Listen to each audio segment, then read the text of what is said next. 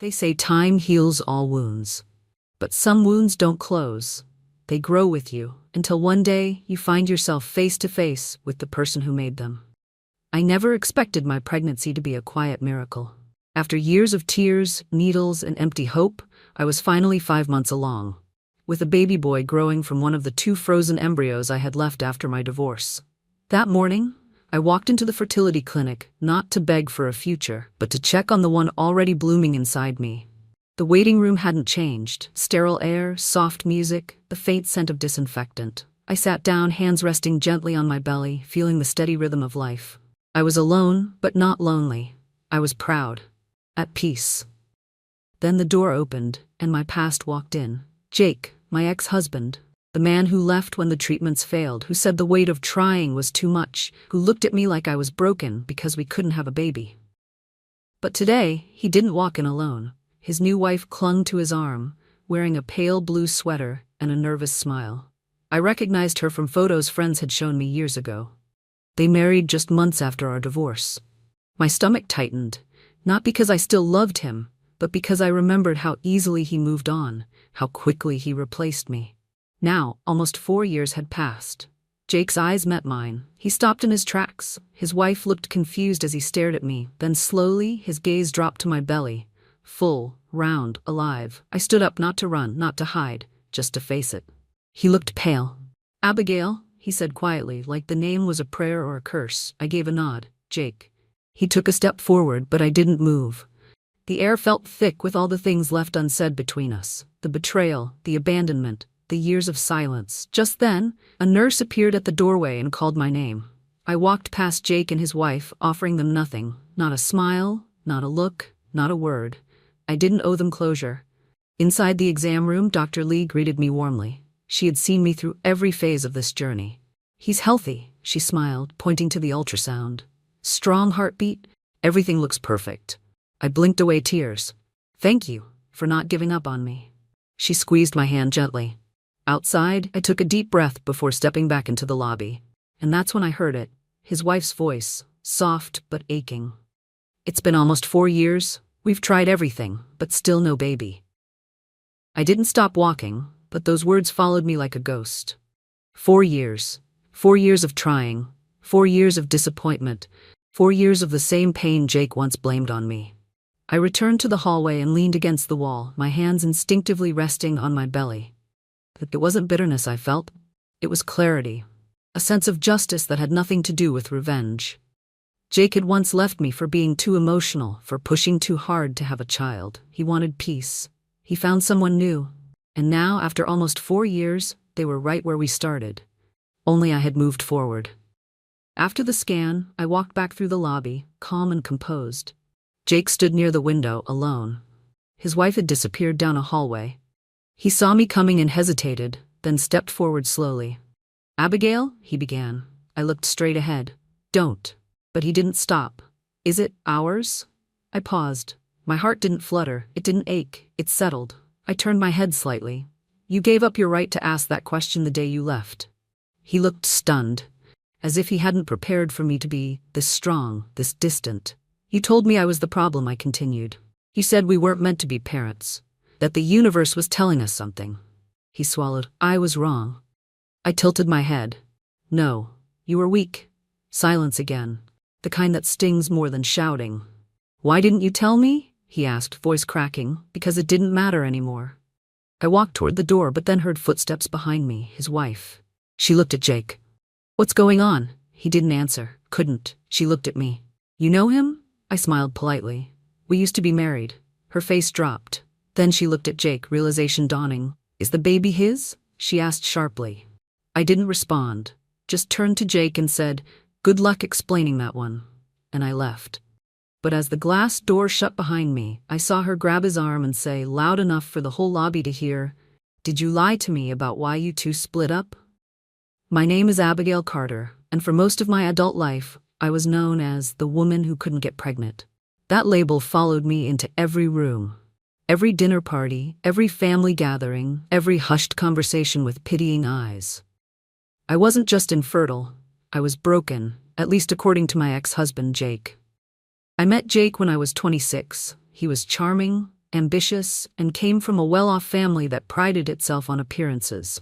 We married after a year of dating, and I genuinely believed I'd found my forever person. In the beginning, he was supportive.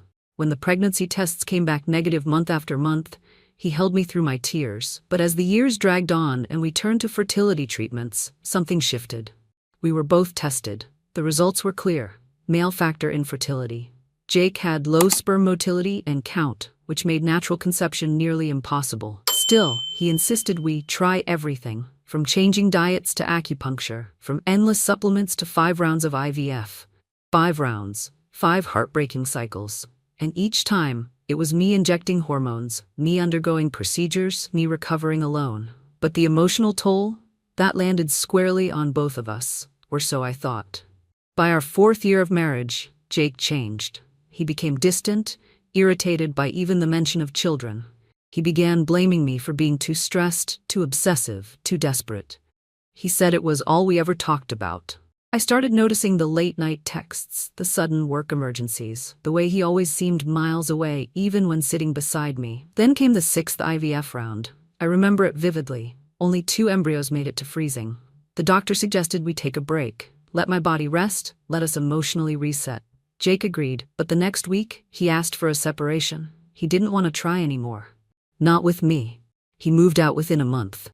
3 months later, he posted a photo on Instagram, smiling on a beach with a woman named Clara. She was everything I wasn't at that moment. Bright, carefree, untouched by grief. I didn't even cry.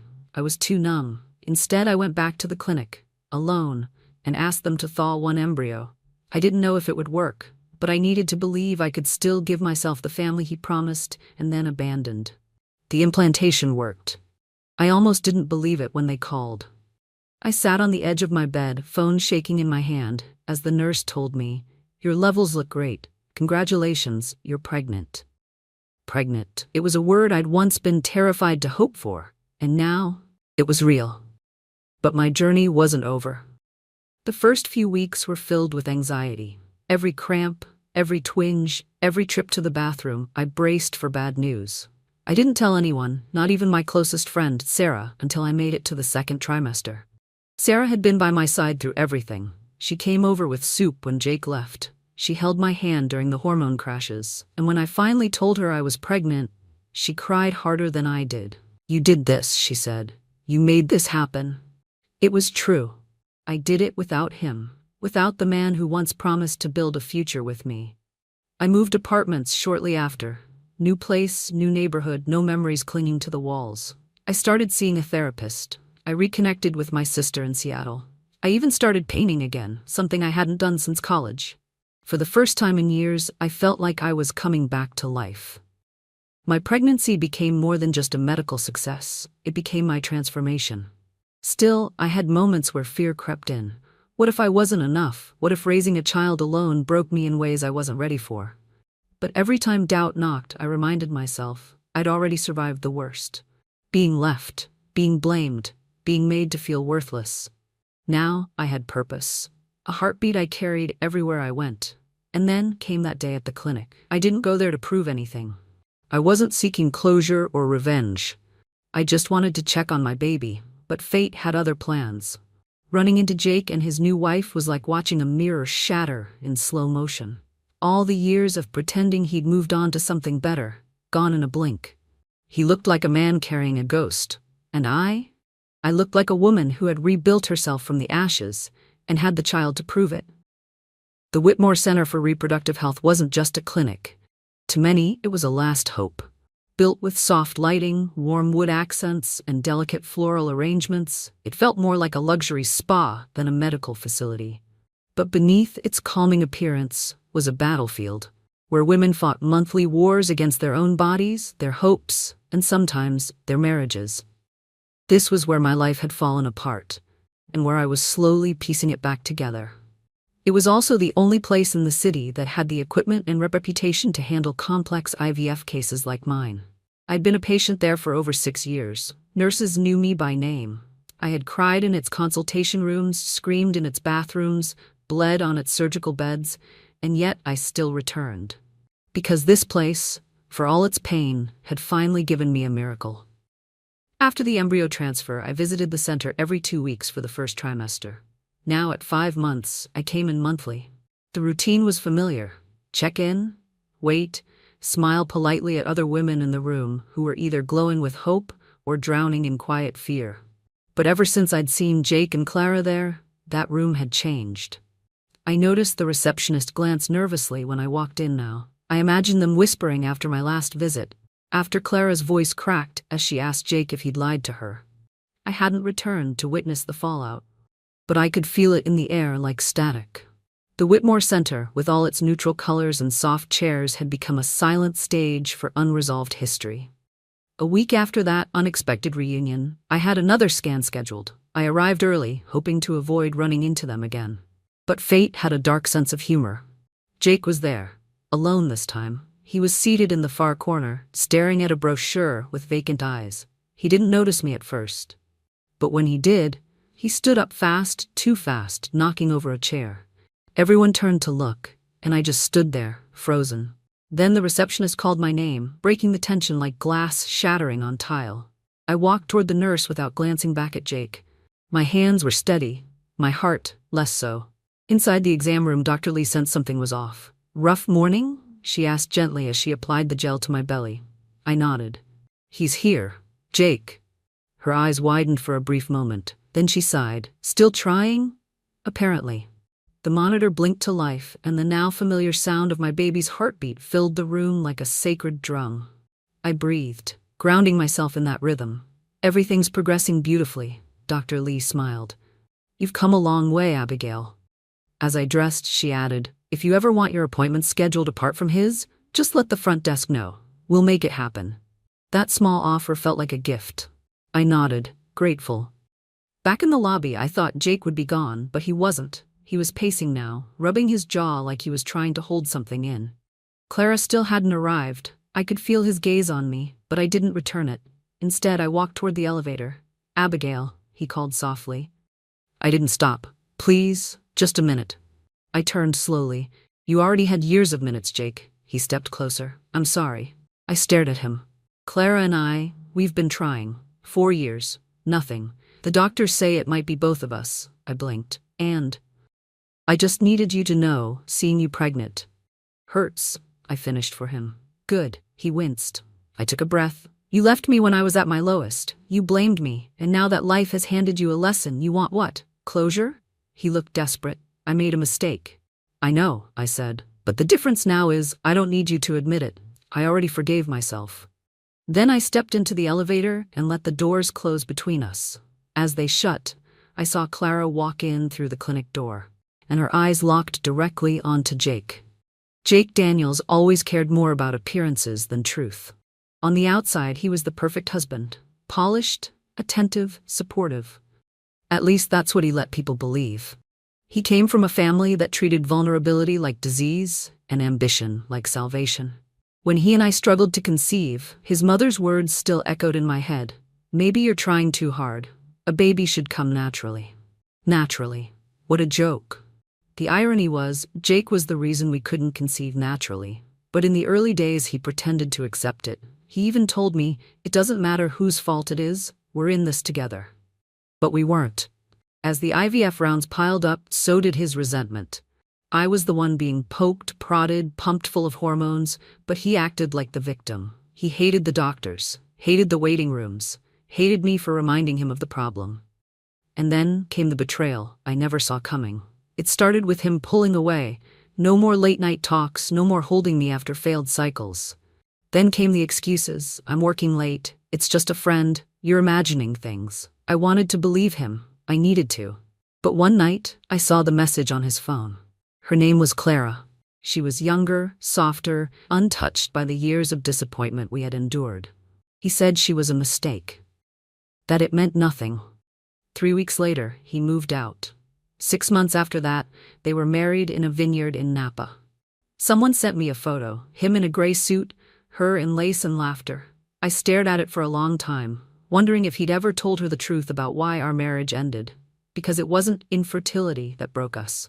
It was his pride. Jake needed someone who wouldn't hold up a mirror to his flaws. Clara, I assumed, gave him a blank canvas. But blank canvases eventually crack, especially when the paint starts to peel. What Jake didn't know was that underneath all her smiles, Clara was starting to ask questions, and not just about me. Clara wasn't stupid.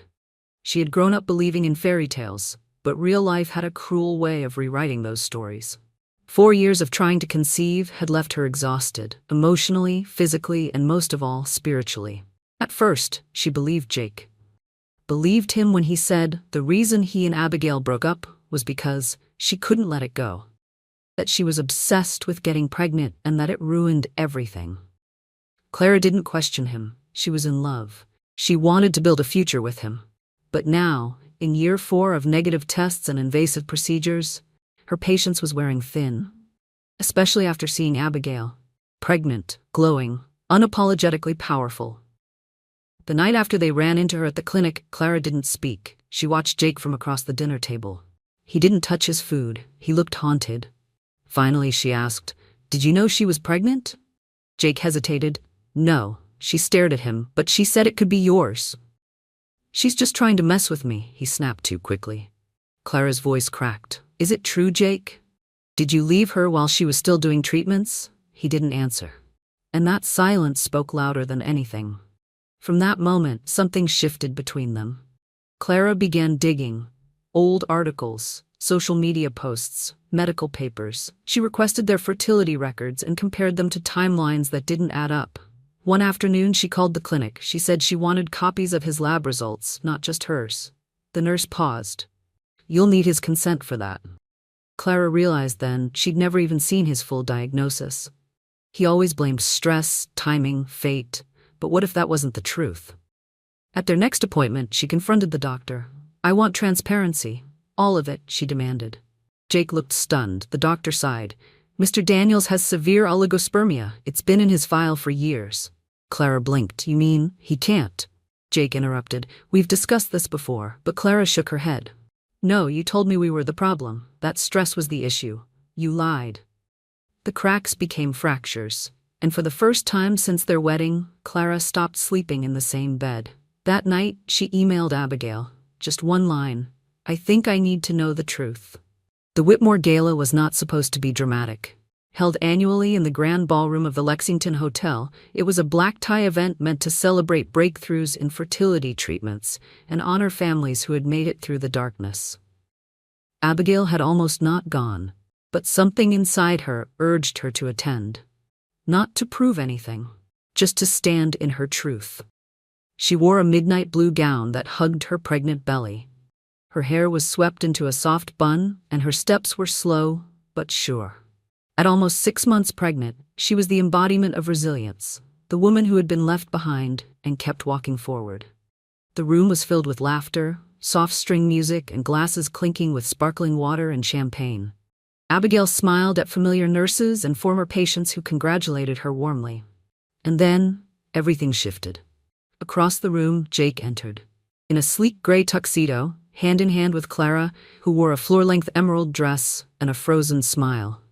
Their presence sucked the warmth out of the space, for Abigail at least. It wasn't just the fact that they were here. It was the timing. The tension between them hadn't been resolved. Clara's messages had grown colder in the last few days. Jake had tried reaching out, once through email, once through his lawyer. But Abigail had made no move. And now they saw her first. He froze. Clara followed his gaze, and her expression tightened. Abigail turned away and moved toward the refreshments table. She had promised herself not to make a scene, but she could feel the weight of Jake's stare burning into her back. The MC took the microphone and began listing names of those to be honored for their journey through IVF. Abigail's name was among them. She didn't expect applause, but she received a standing ovation. As she stepped onto the stage, she took a deep breath and said simply, "I was told my body was the problem, that my hope was too heavy, but today I stand here carrying a child I fought for. A life created not from perfection but from persistence." The applause swelled, but in the crowd Jake's face was pale, Clara's hands clenched, and as Abigail stepped down she heard it, Clara's voice, low, sharp. "You said she couldn't have children. You said it was her body that failed." Jake's reply didn't come fast enough, and the whole table around them turned to listen. The room went eerily quiet. Clara's voice, though not loud, had pierced through the glamour like a sharp pin to a balloon. "You lied to me, Jake." Her words echoed. Abigail stood frozen near the side of the stage, heart thudding, not from fear, but disbelief. Clara stepped away from Jake, her heels clacking sharply against the marble floor. "You told me she was the reason you couldn't have kids. You said she dragged you through failed IVF for years." Murmurs spread across the room. Eyes turned. Phones began to discreetly lift. Jake stammered, his mouth opening, but no words forming. "Is this your child, Jake?" Clara hissed. "You told me you never wanted a baby with her." All eyes snapped to Abigail. She felt her chest tighten, but not in shame, in clarity. She stepped forward, not for drama, but for dignity. "My child was conceived from an embryo created during my marriage," she said calmly. "I have full legal rights, and I did this alone, not because I had to, but because I chose to." Clara looked stunned. Jake turned red, and someone in the back clapped. Just one slow, deliberate clap that turned into more, louder, bolder. Jake stepped back like he'd been hit. "Don't turn this on me," he shouted suddenly. "She tricked me. She did this without telling me." A gasp rippled through the guests. Abigail didn't flinch. "You signed the documents. You gave consent. You walked away when it suited you, Jake. And now that I have something real, something you couldn't control, you want to rewrite the story." His face contorted with anger. "You're doing this to humiliate me." Abigail smiled sadly. "No, Jake, you did that all on your own." Security gently approached, sensing the moment teetering on collapse. Jake looked around, realizing he had no defenders. Clara stepped back from him completely. "We're done," she said, voice flat. And then, in front of the entire gala, Jake stormed out. The doors slammed behind him, leaving only silence and Abigail. She looked out at the crowd, many of whom now watched her with quiet awe. She adjusted her dress, placed a hand on her belly, and said into the mic left on the podium, "Women aren't weak. We're just polite until we're pushed too far." And with that, she walked off stage to a thunder of applause. The night after the gala, Abigail sat in her apartment, lights off, curtains drawn. The applause, the headlines, the whispers, they were all fading now. What lingered was a dull ache, like a bruise on her spirit. Her phone buzzed non-stop with messages, some from journalists, others from old friends she hadn't heard from in years. But she didn't open any of them. She couldn't. All she heard, over and over, was Jake's voice from the stage. "She tricked me." She hadn't cried in weeks. Not when Jake filed those legal threats. Not when Clara exposed him. Not even when her belly first fluttered with life. But now, with the world outside praising her strength, Abigail broke. She curled up on the floor beside the couch, hands wrapped around her belly, tears falling freely. "I didn't trick anyone," she whispered, voice cracked. "I didn't do anything wrong." But it didn't matter, because Jake had planted the seed of doubt, and no matter how strong she appeared on stage, deep down, it still hurt. That he could say that he would rather lie than face his own cowardice. Her breath quickened. Panic bloomed. She pressed her hands to her chest, trying to calm herself. Breathe in, breathe out. But the tears kept coming. She felt alone again, more than ever. Because this time, her strength had come at a cost. She had shattered the illusion of politeness, of silence. And now she wondered, was the price too high? A knock at the door. She didn't answer. A minute later, the soft sound of a key turning in the lock. Sarah stepped inside, holding a bag of soup and a folded blanket. She found Abigail on the floor, and without a word, she knelt down, wrapped her arms around her, and held her. "You're allowed to fall apart," Sarah whispered. "Even warriors need rest." Abigail sobbed harder. And for the first time since the day she chose to go through with the embryo transfer, she allowed herself to feel every ounce of pain she'd buried. The following days were slow. Abigail avoided social media. She stopped answering calls. Even the baby's kicks, once a daily source of joy, felt distant, like they were happening to someone else. She wasn't depressed exactly, but she was untethered. Sarah checked in every morning, dropping off groceries, sending silly memes, gently reminding her, one step at a time, okay? But Abigail remained stuck. She didn't know how to move forward, not when every article, every comment thread still carried Jake's name, his accusations, his cowardice. Even when people supported her, even when they called him out, the fact remained. Jake had tried to take her voice away, again. And for a moment, Abigail wondered if he had succeeded. Late one night, she sat at her kitchen table staring at the blank page of a journal. She had opened it to write a letter to her son, but nothing came. Just one question. What if I can't protect him? Her pen hovered, her chest tightened. Then, something shifted. A soft flutter inside her belly. Elias kicking, 3 times. Then again, not weak kicks, not random, deliberate, strong, like he knew. Abigail gasped and placed her hands over her stomach. "I'm here," she whispered. "I'm still here." And for the first time in days, she smiled. She didn't reach for her phone. She didn't call Sarah. She just sat there in silence, letting the moment bring her back. She looked around the apartment, at the tiny crib by the window, the soft blue blanket Sarah had knitted, the fridge covered in ultrasound photos and affirmations. This wasn't a battlefield. This was a beginning. Walked to the nursery and picked up the journal again. This time she wrote, "I may not have all the answers, but I have love. And I have you. That's enough to start." She closed the book gently. And in that quiet, candlelit room, Abigail didn't feel broken anymore. She felt whole. 3 days after the gala, Abigail sat in her living room, the lights dim, her phone resting silently on the coffee table. She stared at the ultrasound photo on the wall, her son, his little fist curled, spine visible like a delicate line of light. She had thought the gala would be the peak, the confrontation, the closure. But something still lingered. It wasn't fear. It was a quiet knowing. He's going to come for something that doesn't belong to him anymore. Just then, a ping, a message, from Clara. It read, "I'm sorry, he's spiraling. He says the baby is his and he deserves to be part of it. But I don't think he cares about the baby at all. He just doesn't want to be the one left behind." Abigail's fingers curled. It had begun. She opened a drawer she hadn't touched in months. Inside was a locked folder marked simply, "IVF Legal 2019. With shaking hands, but not from fear, she opened it. Page after page, signatures, timestamps, procedural logs. There it was, Jake Daniels' full consent for fertilization, embryo freezing, and Abigail's legal right to use the embryos in the event of separation. She remembered the day he signed it. He had shrugged. Just paperwork, let's get it over with. Now that paperwork was her shield. And her weapon. She called her lawyer Megan, a former family court litigator turned reproductive rights advocate. "I think he's going to make a move," Abigail said. "Then we'll be ready." Megan replied calmly. "Send me everything you have, especially his original consent and anything in writing from Clara." Abigail hesitated. "You think he'd really try to claim custody? I've seen men do worse with less." They hung up.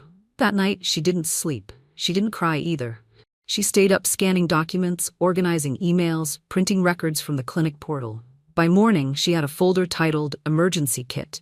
In it were consent forms with Jake's signature, doctor's notes from the implantation, evidence of no contact or support from Jake during her pregnancy.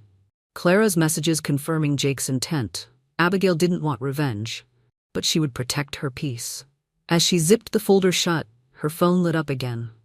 "Jake is asking to see you. Alone. He says he has a right to be part of the baby's life. I don't know what to do." Abigail didn't answer right away. She stared at Clara's message, her stomach tightening, not from fear, but from instinct. Something about Jake's timing, his tone, his sudden desperation. It wasn't about love or fatherhood or even redemption. It was control. Control slipping through his hands. She typed back, "Tell him I'll meet him, but not alone, and not without legal counsel." Clara responded within seconds. "He won't agree to that. He wants a private talk, says it's between us." Abigail's reply was short. "Then there's nothing to talk about." She turned off her phone. The next morning, Abigail walked into her lawyer's office with the calm of someone who had nothing to hide and nothing left to lose. Megan greeted her with a firm handshake and a nod of approval. "You came prepared." Abigail laid out every document, every screenshot, every signed consent form. Megan's eyes scanned the papers quickly. "This is ironclad. If he files anything, we'll bury it in black and white facts. You have full autonomy here." "But will he stop?" Abigail asked. Megan's face softened. "Probably not right away. Men like Jake don't handle being excluded from their own narrative, but legally he doesn't have a leg to stand on." Abigail leaned back in her chair. "I just want to raise my son in peace." You will, Megan said, but you should be ready. If he escalates, we go public. Abigail blinked. Public? I've worked with advocacy groups. Press exposure works both ways. If he wants to manipulate perception, we'll counter with facts and make sure people know exactly who Jake Daniels is. Abigail nodded slowly. The old her might have resisted that idea, might have hidden again. But not now. Not when her son's future was at stake. That afternoon she received an unexpected message. It wasn't from Jake. It was from a journalist. Subject line: Re-IVF consent scandal. Off the record? Abigail froze. Inside the email, we've received tips that a former patient at Whitmore is trying to challenge a legal IVF case involving a known public figure. Would you be willing to speak even anonymously? She didn't reply immediately. Instead, she looked at her reflection in the window. Belly full, heart calm, truth in her hands. And then she clicked reply and typed, I'm ready to tell my side, but not anonymously. The morning after she hit send on that email, Abigail woke up with a strange stillness in her chest. It wasn't anxiety. It wasn't regret. It was readiness. She got dressed in a fitted dark olive dress that hugged her growing belly, put on a pair of pearl earrings her mother had given her before she passed, and pulled her hair into a clean, sharp bun. She looked in the mirror and said to herself, We're not hiding anymore. Her inbox had already received a reply. The journalist wanted to schedule a formal interview. It would be recorded, on camera, her name would be used. Abigail said yes. The interview was set to take place 2 days later in a private studio downtown. She spent that time organizing not only her documents, but her emotions. She met with Megan again, not just to go over the legal side of things, but to prepare for how it might feel when her private pain became public knowledge. Don't let them spin you into a victim, Megan said. You're not just surviving, you're leading. Abigail nodded. I want women to know they can fight back quietly and still win. Megan smiled. Then say that. In between those meetings, Abigail also took time to start planning the nursery. It was something she had postponed for months, but now she picked out soft sage green paint for the walls, ordered a crib, folded tiny clothes. She filled the space with intention, not desperation. She wasn't waiting anymore. She was building. Clara also reached out again. This time, not as a victim, but as someone on her own path forward. I left. Officially. I'm staying with my sister, she wrote. And for what it's worth, I'm proud of you. Abigail didn't need her validation, but it still felt like a small fracture in the past had begun to heal. Later that evening, Abigail walked into a community support group for single mothers. This time not to listen, but to speak. She stood in front of a circle of women and said, My story didn't go the way I planned, but my son's story will begin in strength. The room applauded softly, supportively. And just as she stepped down, her phone buzzed with a new email subject line, confirming your interview slot, national broadcast approval pending. 2 days later, Abigail stepped into the quiet TV studio. It was cooler than she expected, the air filled with the low hum of lights and cables. A producer guided her to a stool, touched up her makeup, and asked softly, Are you ready? She smiled. I've been ready for years.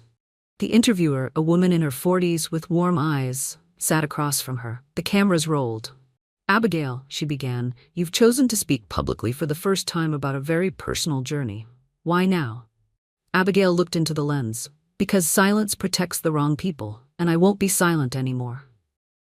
She spoke clearly, calmly, about the IVF, about Jake's abandonment, about carrying this child alone, and most powerfully, about the right women have to make choices for their bodies, their futures, and their children. She didn't name Jake, but she didn't need to. The facts spoke louder than any accusation. After the interview aired, Abigail's inbox flooded. Dozens of messages from women, some strangers, some old friends, thanking her for her bravery, sharing their own stories, offering support. One message stood out. It read, Thank you for giving voice to women like me. You reminded me that we're not broken, we're rebuilding. And then came the moment Abigail didn't expect. Her story reached the national news cycle. Jake's name trended. Reporters dug up his past statements, interviews where he'd played the grieving husband, the misunderstood man. They compared it to Abigail's signed legal documents. The contrast was damning. Jake issued a vague public statement about miscommunication and respecting boundaries. But the damage was done. The medical board opened a quiet review into how he had tried to access her private records. And Clara, she released her own statement. I stand with Abigail. I was misled, and I will no longer protect a man who built his comfort on other people's pain. Abigail didn't celebrate. She didn't need to. The truth had spoken. She focused on the small things: prenatal yoga, late-night kicks from her son, a baby name list growing on her fridge. And one morning, as she folded tiny socks, she whispered, "We're free now." And that afternoon, a courier delivered an envelope to Jake Daniels with bold black letters across the front. Legal notice, termination of parental rights. It started with a press release. Simple, clean, powerful. Abigail's legal team issued an official statement confirming her sole parental rights, listing the legal basis for it, and attaching redacted versions of Jake's signed consent forms. They didn't accuse. They didn't defame. They documented. The media picked it up instantly. Headlines exploded. Ex-husband tries to claim rights to IVF baby he abandoned. Single mother speaks out and the internet listens. Jake tried to respond, first with vague interviews about emotional distress and miscommunication, then, more aggressively, through a lawyer. But it was too late. Because the same day, Jake's attorney submitted a cease and desist letter to a parenting blog that had shared Abigail's interview, Abigail walked onto a stage. It was the second annual Women Who Reclaimed Their Voice conference, hosted by a national nonprofit for women's rights. Abigail had been invited as a last-minute keynote speaker after her interview went viral. She walked on stage in a simple black dress. Her belly, now nearly 7 months along, led the way. Her voice was steady. Her presence, unshakable. I didn't come here today to talk about revenge, she began. I came here to talk about reclamation. The audience leaned in. I gave someone my trust, my body, and my future. When things got hard, he left. When life grew inside me, he tried to come back, not for love, not for the child, but for control. Murmurs filled the room, nods, tears. But I had something stronger than bitterness. I had proof. I had peace. I had myself, and that was enough. The room erupted into applause. Abigail continued, sharing the details, how she saved documents, how she prepared legally, how she never once needed to raise her voice to protect her child. You don't have to scream to be powerful. Sometimes, just showing up with the truth is louder than any threat. The standing ovation was thunderous. And just as she stepped off the stage, a producer from a major national morning show approached her. We'd like to feature your story, full segment, prime slot. Abigail smiled. Backstage, Megan handed her a small envelope. We just got word. Jake dropped all legal intentions. He signed the termination of rights this morning. Abigail stepped outside into the cool evening air, envelope still in hand. She didn't open it. She didn't need to. Megan's words echoed in her mind. He gave up. He finally let go. Not because he wanted peace, but because he had no other choice. That night, as she returned home, Abigail opened her laptop and drafted a final message. Not to Jake, but to her unborn son. She wrote, "You were never a mistake. You were never a backup plan. You were the result of my choice, my strength, and my refusal to be silenced." She printed the letter, sealed it in an envelope marked for when you're ready, and placed it inside a small lockbox labeled with his name. It wasn't revenge. It was legacy.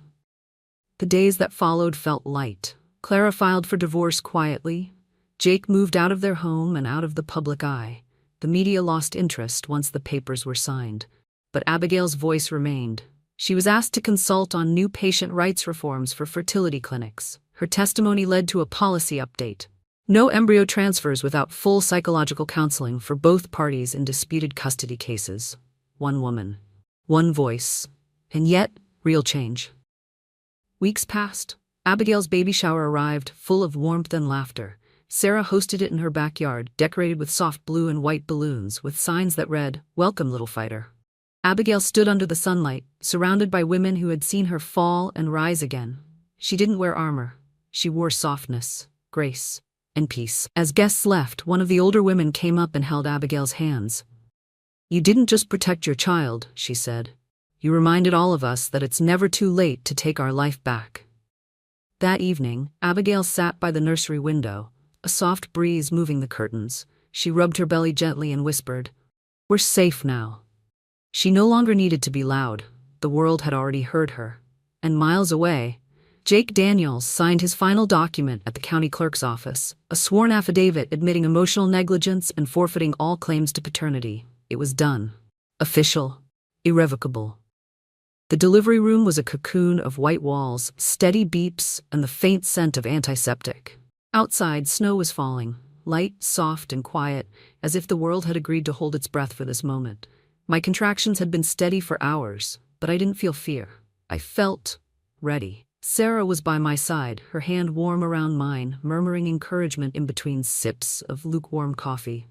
Dr. Lee, calm as always, checked the monitors and smiled.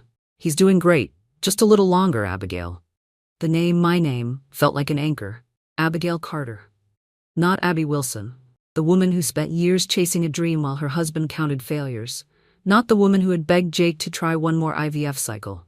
Abigail Carter was the woman who had fought for her son before he even had a heartbeat. When the final push came, it was like breaking the surface after being underwater too long. The cry that followed was strong, defiant, and it filled the room like sunlight breaking through heavy clouds.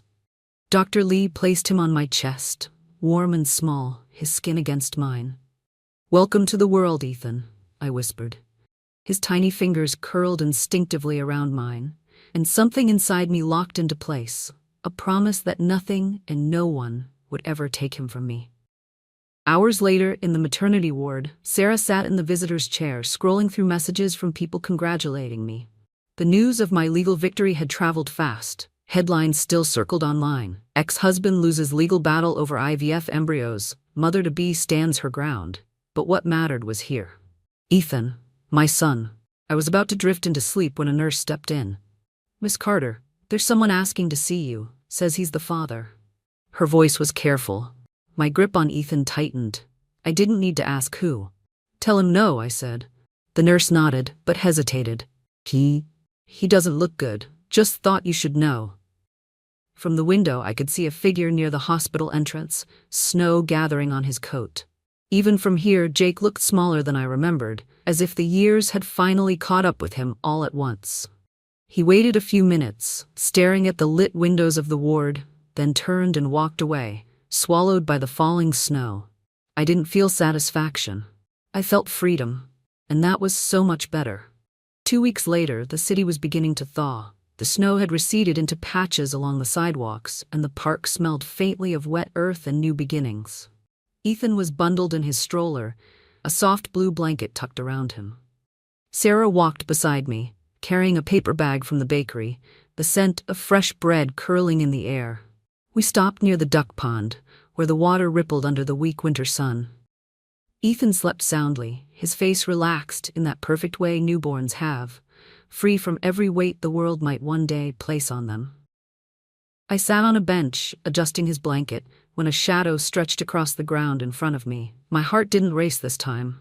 I knew before I looked up. Jake. He stood there in a plain wool coat, his hair longer than I'd ever seen it, eyes rimmed red. Clara was nowhere in sight.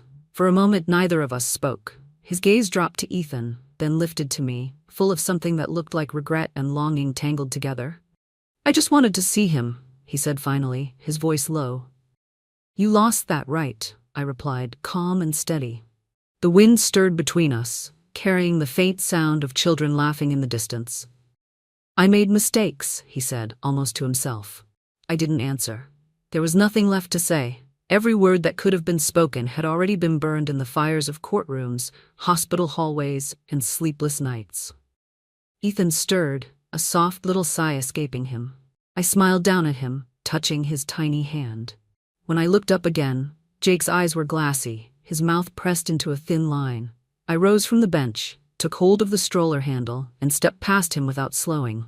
My steps felt lighter than I expected, the air crisp against my cheeks. In the glass of a nearby shop window, I saw him turn, watching as we moved away. Just a man frozen in place, staring at the life he threw away, with no map back to it. Ahead, Sarah called my name, waving from the bakery entrance. I smiled, catching up to her. The city hummed around us, busy and alive. The future stretched open before me like an untouched road, waiting to be walked. And for the first time in years, I didn't need to look back to know I had already won.